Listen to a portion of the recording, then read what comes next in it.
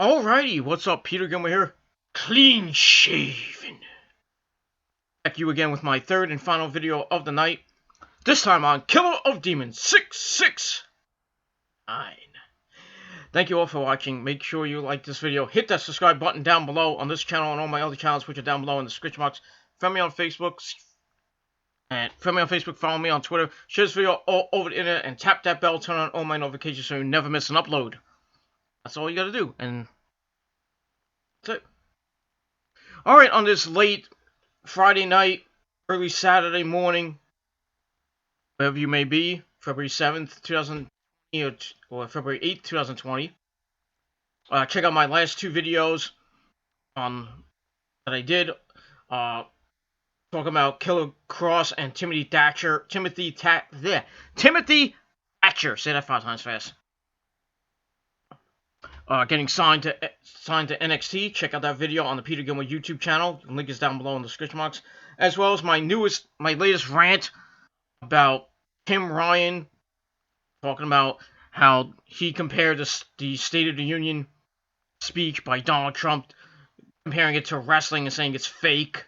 So I gave my rant about that. So check it out on the PG Rants channel. Give it a like, give it a thumbs up, share it with your friends. And most importantly, tap that bell so you never miss an upload. And that's it. That's what I think. Alright.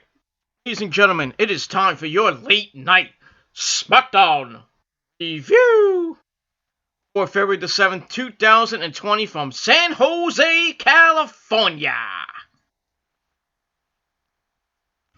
So, the WWE is doing their Western trip now. This Monday night on Raw is going to be from Ontario, California. I don't know what SmackDown is going to be next week. It'll probably be maybe something like somewhere in America. Let's put it that way. So SmackDown was another show. We had Goldberg on the show via satellite, like The Rock. He was there, and he had some interesting things happening with him, and a Saudi Arabia Super Showdown 3 title match. I think you know, but I'll get to that in a minute. We got the re-debut of the Dirt Sheet with The Miz and John Morrison. We had that. And we had a fatal 4-way match to see who will face Bayley for her women's title.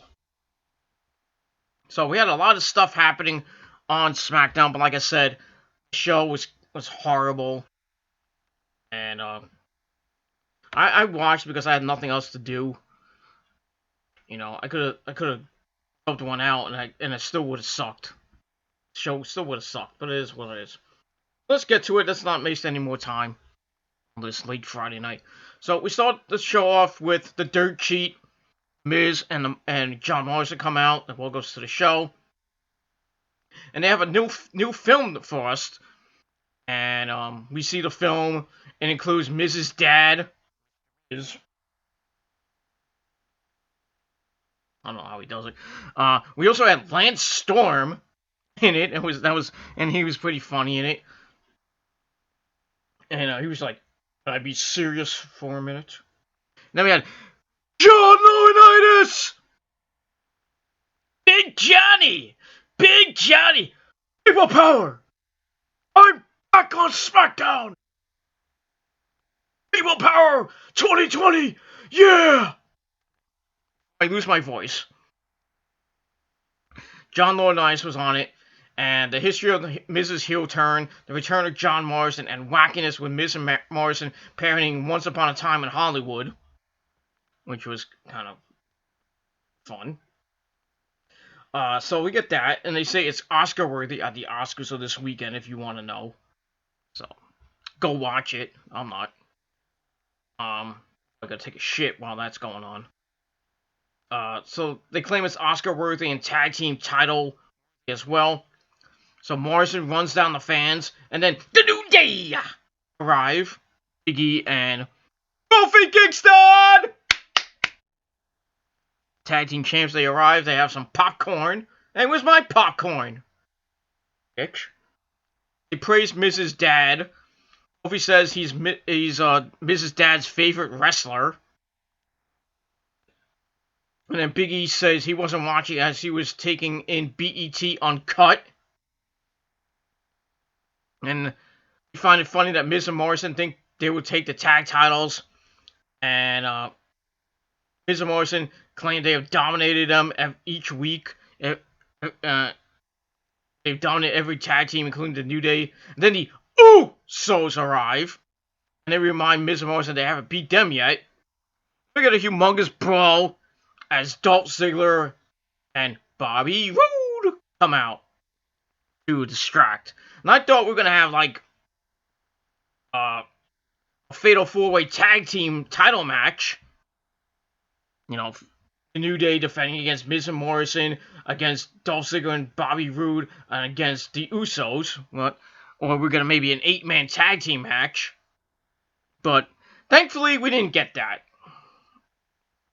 But what we did get was a segment. It was pretty, it was alright. I gave it 2.25 out of 5 stars. And we get that. Then we transition. After the break, we come back with the Usos taking on Dolph Ziggler and Bobby Roode. I'm not calling him Robert Roode. It's Bobby Roode. That's it. Match was decent. It was alright. Starts with Jimmy and Dolph. They lock up. And Bobby Roode takes control. Jimmy fires back, some strikes, and dumps Dolph to the floor. Jay comes in, cut up by Bobby Roode, goes for a near fall. And then they start working on Jay for a little bit. Dolph comes in, hits the famed asser for a near fall. Then Dolph dumps Jimmy to the outside, tags in Bobby Roode, and they hit the spinebuster zigzag combination. Usually gets them a win, but they get only 2. As Jimmy makes the save, he follows it up with a super kick. And then everybody's in the ring. Bobby Roode dumps Jay to the outside as we go to break. You come back, Roode's working on Jay Uso again. So they're working on Jay for most of the match. And I come in. And Jay fires back, dumps Roode to the outside, and then fights him off. Makes the tag to Jimmy. Jimmy comes in with a high cost body. Follows with some strikes, and he's a house of fire. As he basically beats the crap out of Dolph Ziggler. Roode cuts him off, looks for a DDT, but Jimmy counters into a backdrop. And then Dolph cuts off the tag with a zigzag for a near fall. They go for a super kick. It's countered with the super kick of the own by, I believe it was Dolph. Jay comes in, Dolph counters a splash with knees, clears him up for a near fall. Bobby Roode comes in, Jimmy makes the save, then all 4 men in the ring. It's just chaos in the ring. And then, I believe it was Jimmy, which, I don't know which one it was. The Usos hit the top rope, Superfly Splash to pick up the win. And, that's pretty much it. So, I gave the match 2.5 out of 5 stars. It was alright. Started off slow, became a good match at the end. So, not bad. Not bad at all. So, we'll see what happens with the Usos, who have been undefeated on Smackdown since coming back. From their DUI arrest and injuries and shit. So we get that. So the Usos get back to they continue their winning ways, and that's pretty much it. So 2.5 out of 5 stars for that. Alright, then we see Alexa Bliss has a new video out, a new music video by Bowling for Soup called Alexa Bliss. If you haven't seen it, go on YouTube, watch the video. It is pretty good. Pretty good video. Which all the girls be like, Alexa Bliss. Something like that. So we see Alexa Bliss getting ready for her match. Nikki Cross comes in, gives her a nice pep talk. It's like, you can do it, my friend. You can do it. And then Alexa's like, I got something up my sleeve. I wonder what that could be. Maybe she has a plan to get the number 1 contendership for the SmackDown title. And we'll see what happens with that.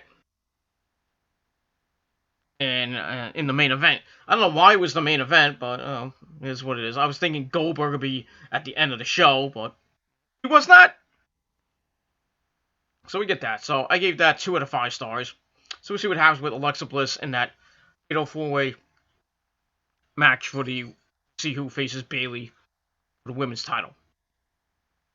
Alright, after that, we get highlights of last week's dog food match, which sadly ended with Baron Corbin eating dog food and getting drenched in dog food. So we get that. That transitions into Corbin in the parking lot near the production truck. He goes in the truck. He's yelling like, "Who played the video? Who played the video?" And then we see this guy. The guy's like, "I did it," and he gets beat up. And he takes him outside, throws him out of the truck. And he starts beating him down afterwards after that. And then referees and agents have to come on, referees and agents have to come out to stop him. They're saying, "Oh, you went too far." Corbin leaves. Picking on a defenseless guy, I mean, come on. You suck. That's all I gotta say about that.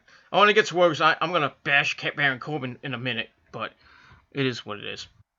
That's it. So I gave that 2 out of 5 stars as well. Alright, we go back into the arena and we get strumming of Elias. Comes out, plays a little blues riff.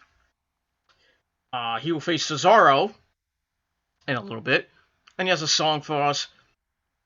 I forgot what it was called. So he starts playing the guitar. It's interrupted by Cesaro and Sami Zayn. Sami says it's his revenge for last week.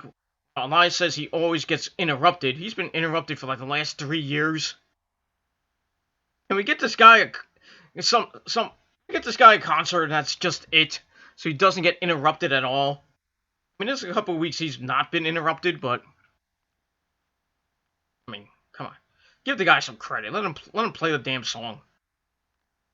So Sammy gets pissed off, claiming Nakamura was robbed of the IC title thanks to Braun Strowman. And he says Elias will pay at the hands of Cesaro. We'll see what happens with that. So I gave that 2.25 out of 5 stars. And then we get to the match. The match was okay. It was not bad. Not that bad. Sammy stays at ringside, and we get the match joined in progress after we go to a commercial break to pay your bills. Cesaro gets the advantage early on. A backdrop and a backbreaker for a near fall. Follows up with some kicks to the head. And Elias came back with some kicks, and he goes up top looking for a move, and Sami Zayn distracted him, so it kicks him to the floor. Follows him out, slams him into the barricades. They go back in, he covers for a near fall. Then he goes to ground and pound a little bit. A gut wrench suplex for a near fall. And then he chokes Elias in the ropes, and then Sami Zayn gets involved again with a cheap shot. And Cesaro ground and pounds a little thing, but Elias fires back, hits a belly-to-back suplex, and then a jumping knee strike for a near fall. Gets up top, Cesaro crotches him on the top, follows him up.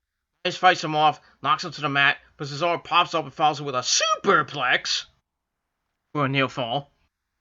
Then they trade back and forth near falls, and then Cesaro hits the Tiger Uppercut near fall. Then they go back and forth again. Elias gets control. Falls with a clothesline, a scoop slam. Hits up top and hits the Macho Man elbow. Yeah, no, actually not the Macho Man elbow. Hits an elbow drop. Gets the win. And Elias continues his winning ways.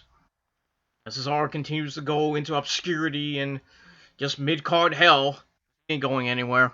Sad. You know. We should have put him in NXT. Put him back. Send him to NXT. I mean, let him in NXT. Maybe you bring over Chris Hero, who's doing nothing in NXT UK. Basically doing nothing in NXT, period. Bring in Chris Hero, reform the Kings of Wrestling, let them be, freaking Chris Hero can lose some fucking weight.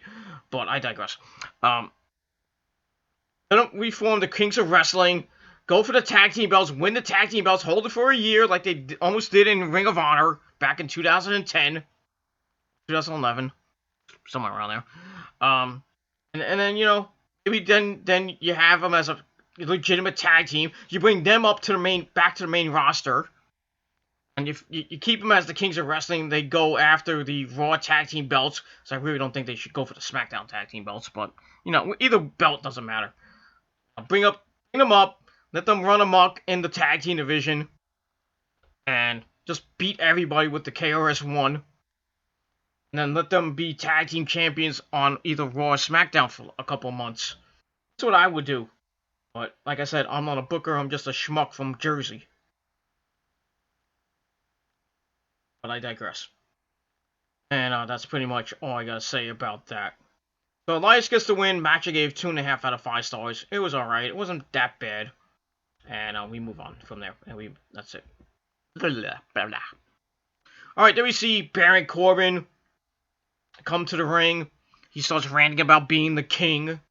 This thing's still going on, but he's been king for like almost a year now, or at least a year. Boring. He says he won't be silenced, and this is his kingdom. He says last week was an abomination. Then he praises. Then he says he starts mocking San Jose, and says that praises his Chiefs for beating the 49ers. First of all, Aaron, you're in San Jose. You're not in San Francisco or Santa Clara. The 49ers play. You fucking idiot. And second of all, fuck your Chiefs, fuck Patrick Mahomes, and fuck Andy Reid. That's all I gotta say about that. Fuck them. Fuck the Chiefs. They're like the freaking Patriots now. They're gonna start winning championships left and right. Fuck them. That's all I gotta say about that. That's my football rant of the night. Fuck the Chiefs. Next year they ain't going nowhere. They'll be lucky to get back to the AFC title game or back to the Super Bowl. They'll be lucky. But I digress. We'll move on. So he does that and says Reigns should have lost last week. He can't do anything without the Usos helping him. And he says it should have been one-on-one at the Rumble because he would have won and also won the Rumble. Yeah, I doubt that. He demands another match with Roman and says the show won't go on until he gets Roman in the ring. Then he goes up to a fan and the drink on him. And looks like he was about to ready to freaking rip his throat out.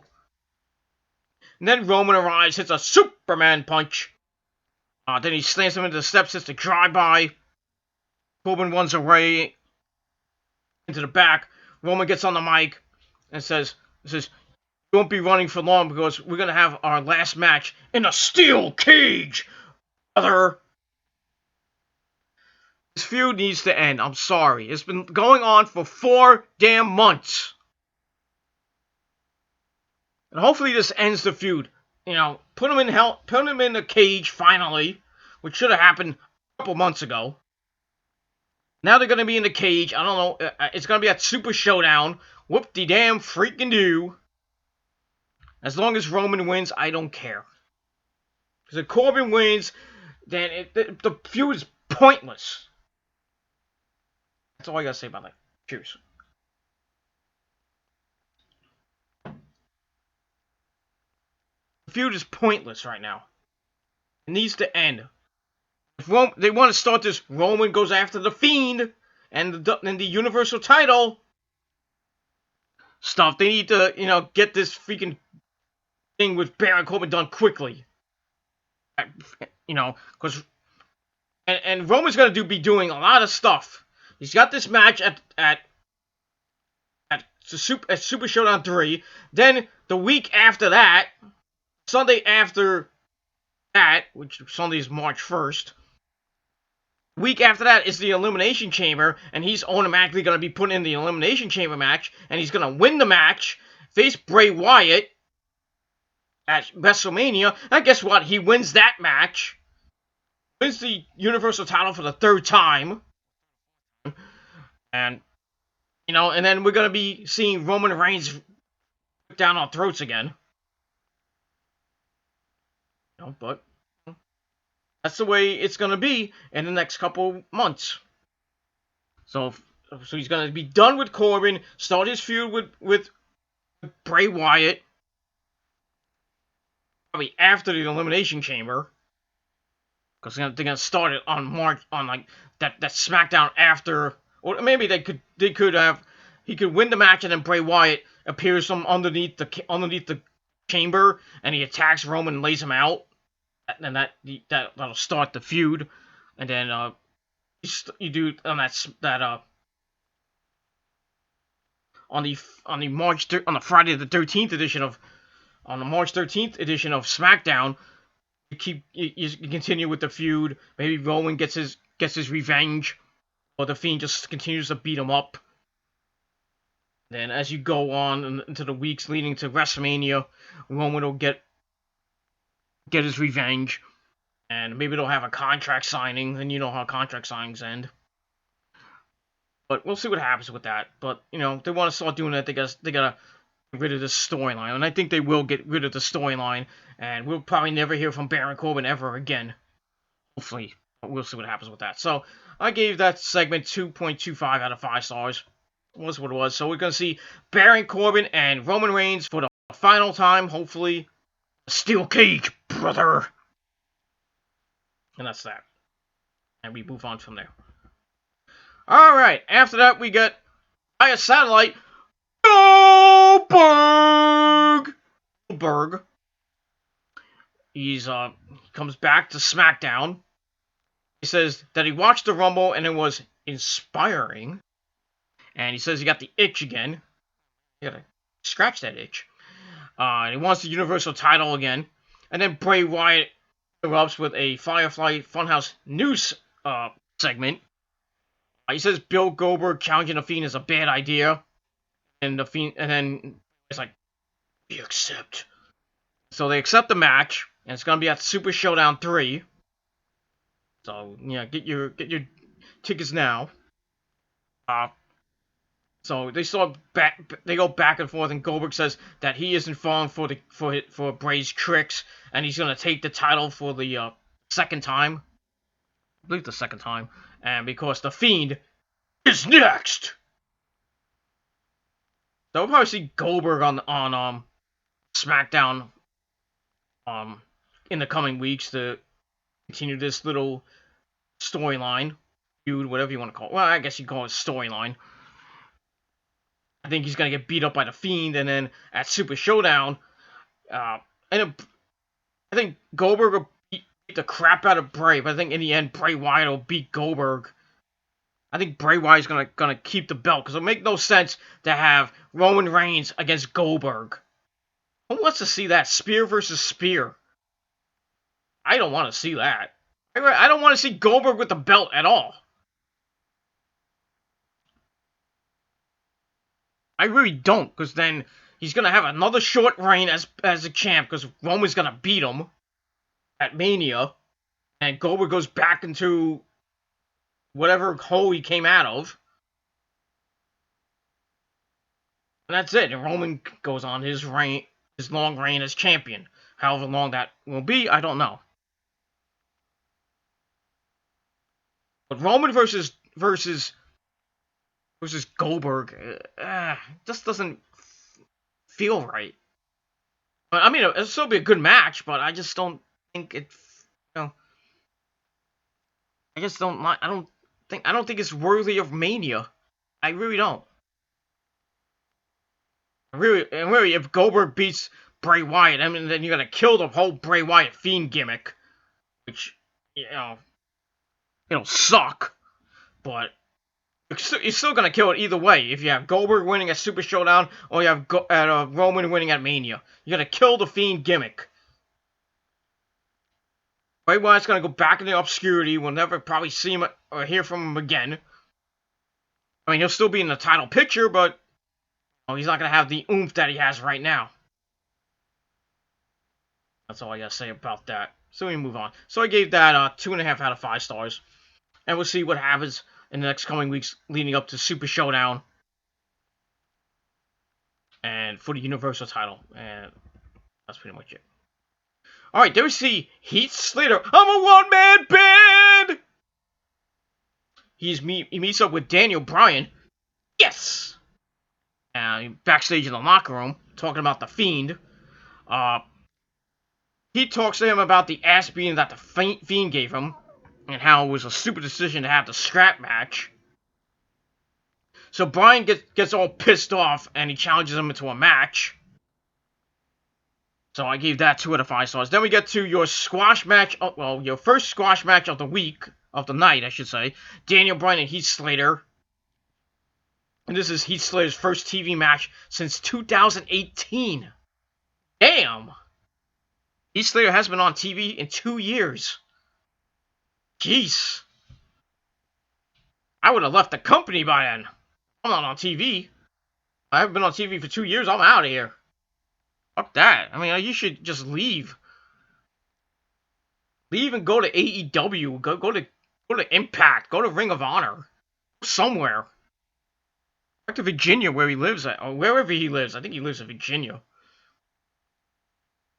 I mean, come on. No. He hasn't been doing anything. He's like Apollo Crews.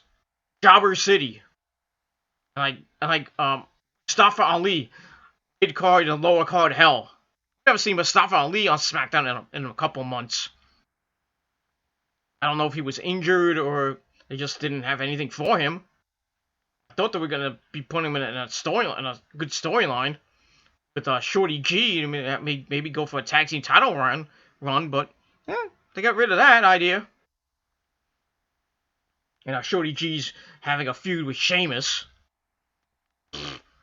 Boring. So anyway, we get to this match. The match lasted 1 minute and 40 seconds.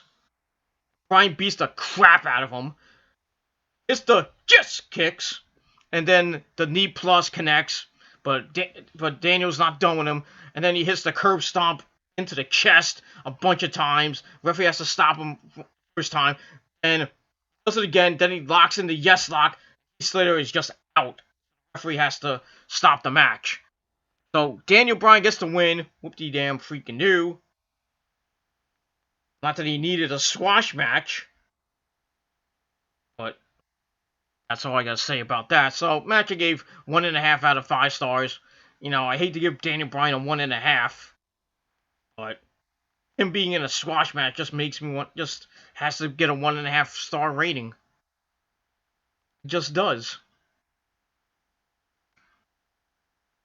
You know, I don't know where Daniel Bryan's going to go from here. I really don't. He should really go after the IC title if he wanted to. I mean, against Braun will be, be interesting, but, Braun Strowman's got his own problems with Shinsuke Nakamura. But I'll get to that later. So, yeah, nice little squash match. Not really a nice one, but typical squash match, 1.5 out of 5 stars, and that was pretty much it. Alright, there we see highlights of Braun Strowman winning the IC title last week. So we get Renee Young in the ring. We haven't seen Renee Young in a while on SmackDown.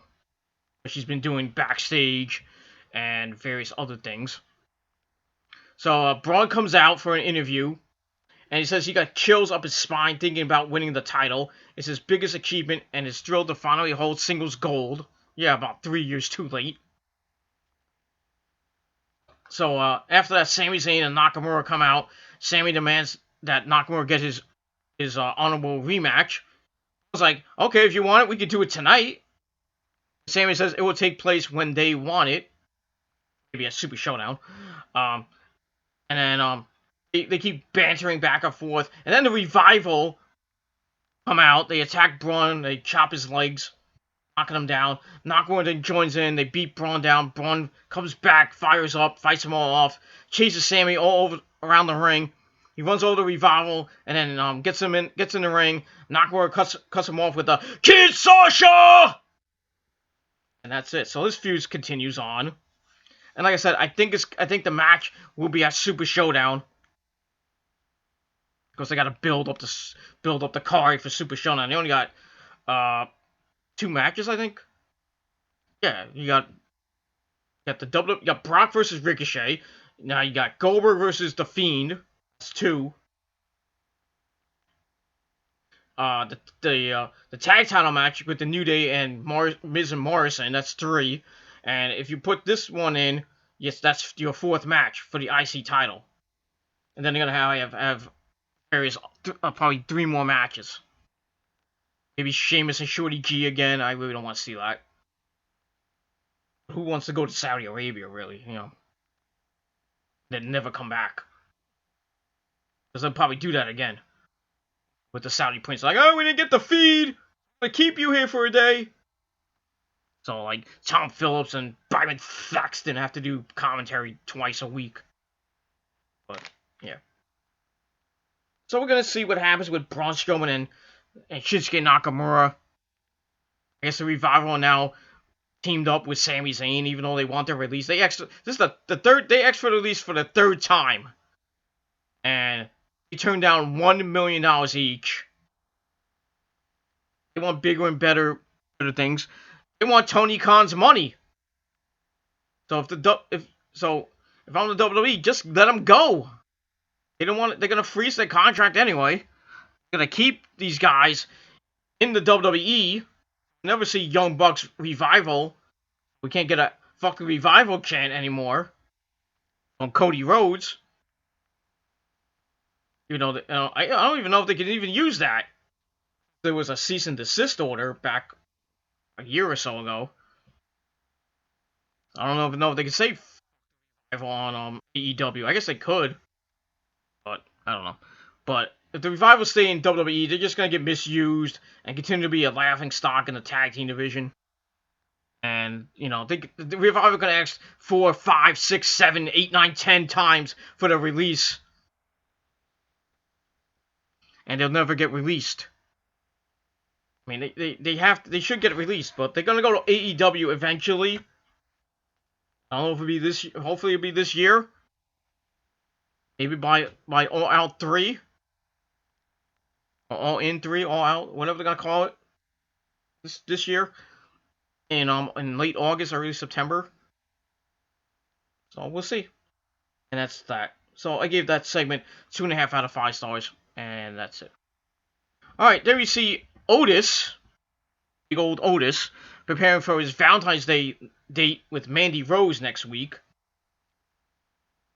So he has a calendar of Mandy, and he got from Mandy, I guess, and he's counting down the days. We see like a dream sequence, eating a steak, he's pumping iron, getting ready, putting on a nice suit, and Tucker rips off the suit, and he teaches him some table manners, but Otis topples the table over. He's trying. I still think he's gonna get that sweet peach ass of Mandy Rose, and we're going to get the love story of Otis and Mandy over the next couple weeks leading into WrestleMania. And Otis is going to start winning a lot of matches. Maybe Heavy Machinery will get it. They'll probably get another tag team title shot and lose. Because they're not doing anything. They're not going to get the tag titles anytime soon. So that's that. So we'll see what happens next week on the Valentine's Day edition of Smackdown. Hopefully the date goes well. Otis gets a kiss. We'll see. So I give that 2.25 out of 5 stars, and that's it. Alright, then we get to your second squash match of the week. Sheamus taking on Apollo Crews. This match lasted 30 seconds. Bing, bang, boom. Sheamus comes in, hits the...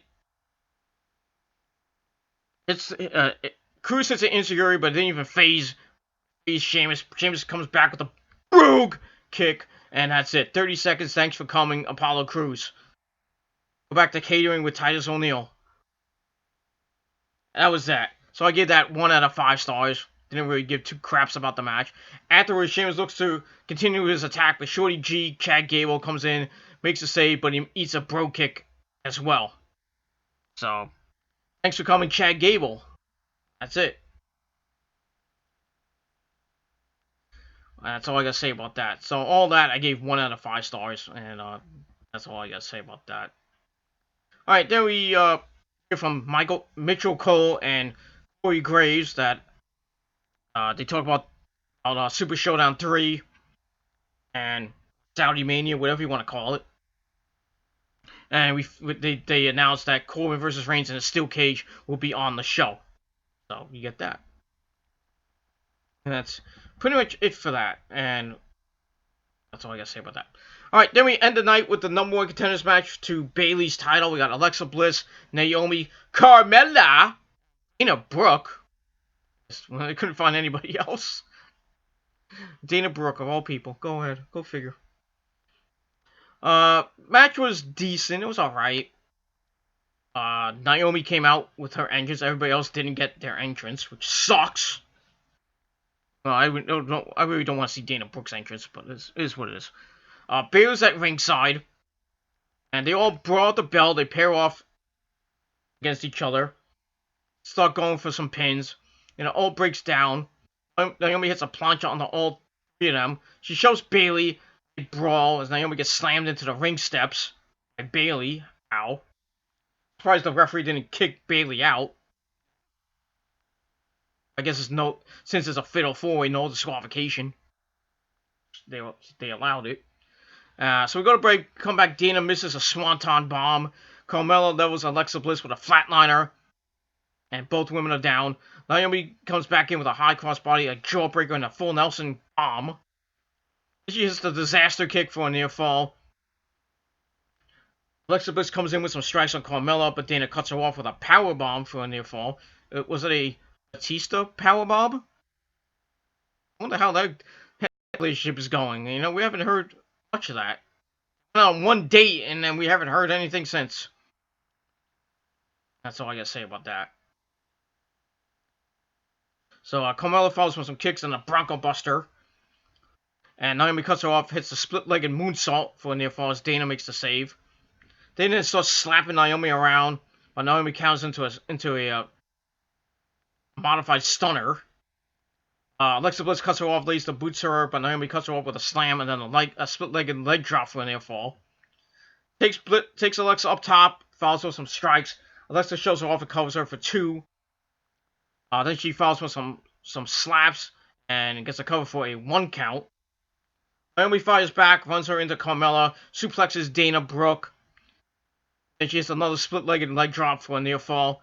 She dumps Dana Brooke to the outside, so Dana goes bye-bye. Alexa cuts her off, heads up top. Goes for Twisted Bliss, but eats knees. Naomi then runs off the ropes, hits the rear view, the butt, as we call it.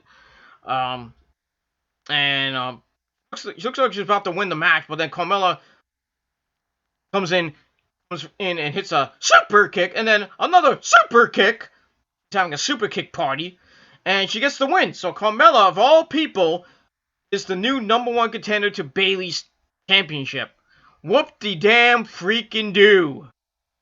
I was hoping it would be Naomi, but I guess Bayley is gonna go into this thing with Carmella, beat Carmella, and then they're gonna go back to Naomi at WrestleMania in her home state of Florida, since she's from Orlando. And she's right near Tampa Bay, so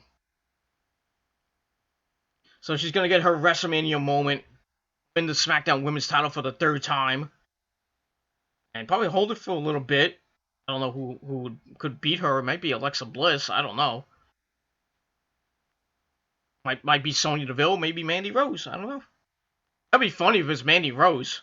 Mandy Rose as SmackDown Women's Champion thanks to Otis. That would be funny as hell. But I don't know what they're gonna do from here on. So, but yes, Carmella gets the win, and she tries to go celebrate, and Bayley lays her out with that 1%er type finisher that she does, and that was it. Bayley leaves the ring. She's from San Jose. She gets the heel heat from there. You know, she got a little bit of cheers. She's from San Jose. So that was that. And SmackDown. So I gave the match 2.25 out of 5 stars. Let's see what happens with Carmella and Bayley. And I don't know if they're gonna have a match next week or it's gonna be after Super Showdown. I don't know. Not gonna be at Super Showdown, but we'll see what happens from there with that. Like I said, I think Bayley's gonna beat Carmella. Go on to probably the Elimination Chamber, face Naomi Maybe Naomi wins at the Chamber match, or she wins at Mania. Actually, I don't think Bayley will defend at the Chamber. I think they're going to have a women's Chamber match, and the winner faces the Raw or SmackDown Women's Champion, since Ripley can't do that because she's facing Charlotte at WrestleMania. So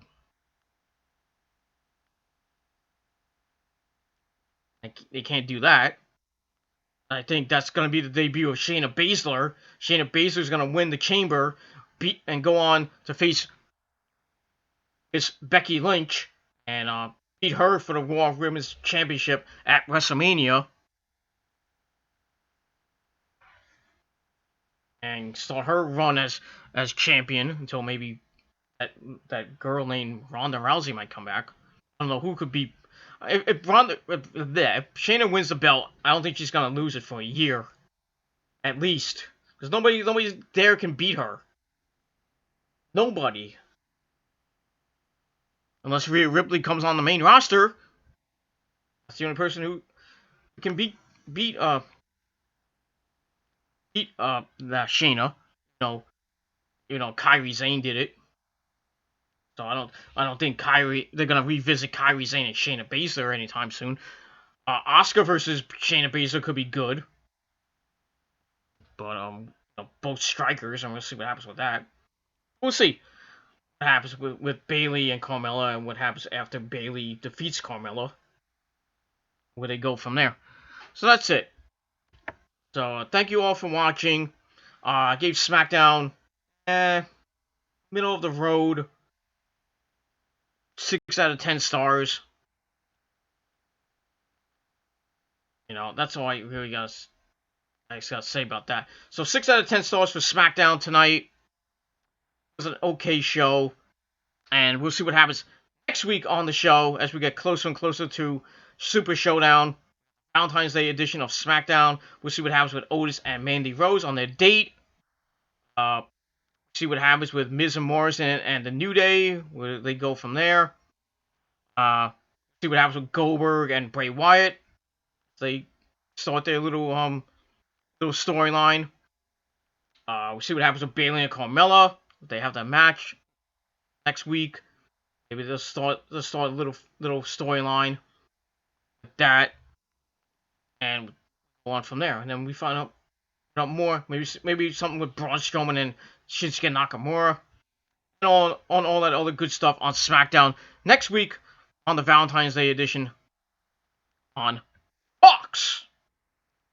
So that's it. Thank you all for watching. Once again, 6 out of 10 stars for SmackDown. Leave me your thoughts and opinions down below. If you have any questions, put it down below in the comment section of this video, or hit me up via Facebook. Just type in Peter Gomer, you'll find me somewhere.